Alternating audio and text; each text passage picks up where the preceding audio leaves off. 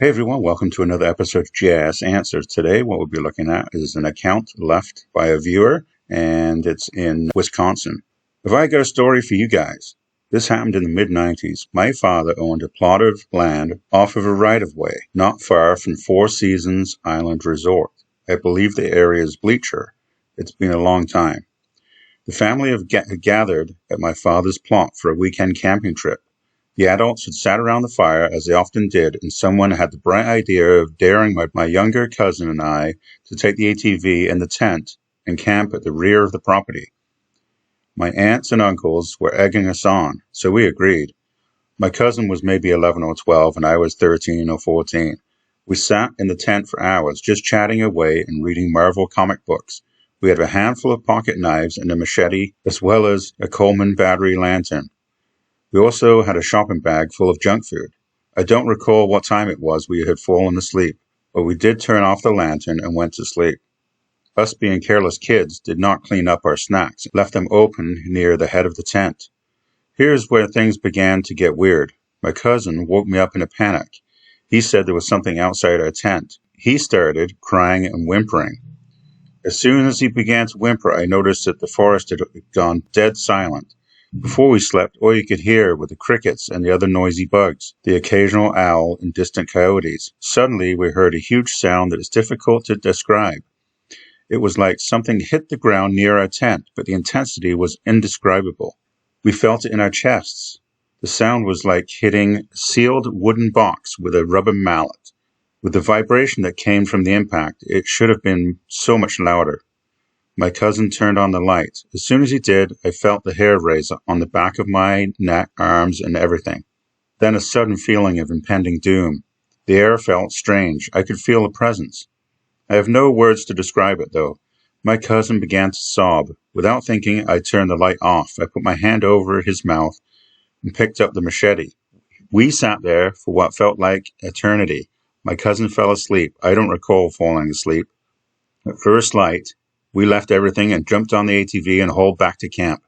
We tried to tell everyone what happened, but they didn't believe us and brushed it off as just a couple of kids being kids.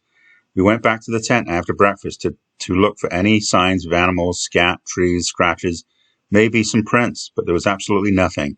If it was a bear, we would have been in trouble. There were open snacks, chocolate, potato chips, whatever else you could think of, unwrapped and open. Another weird thing is, when I asked my cousin what he remembers about that night, he's got nothing, absolutely no memory of it. Any ideas what we may have experienced out there? Here are the coordinates and the location, give or take 10 or 20 yards. All right, so let's have a look at this location. I have pinpointed the location, Marinette County, Wisconsin, and there's Bleecher. So yeah, you're not far off. So let's have a look at the terrain. Very wooded. A watercourse, a stream going through this heavily wooded area. Doesn't seem to be very many residences, not many houses. Maybe a few houses, maybe a few farms. A larger river over by the Four Seasons golf course. Maybe a few small subdivisions with houses spaced.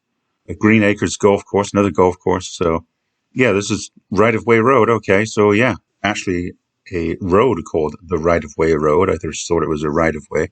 But yeah, it's not far off of that. And maybe, that's the back of the property would be quite remote.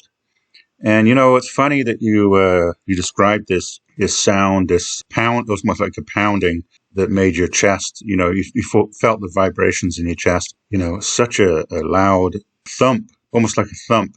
And I've heard this before from other people, good friends of mine who have been out on expeditions. And this is a very similar account.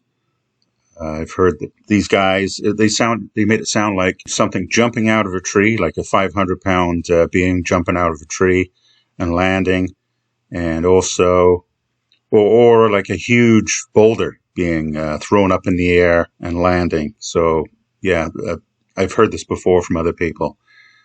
But what it could be, who knows, right? Anyway, let's have a look to see if there's any sightings nearby. And there is. let's have a look. Let's see how far away these sightings are. Let's go in miles. 10 miles.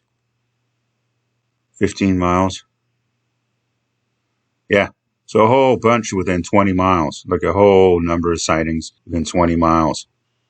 And this one within 10 miles, it's report 41062. So you can look that up on the BFRO website, bfro.net. Daytime road crossing seen by retired police officer near Pembine. So yeah, you might want to look that up. And let's have a look at the terrain of close by. So this is the closest area. And on Google Street View, you can see quite a remote area. This is closest. It's just like probably within, if you're looking down, this would be the sighting area, probably just down here.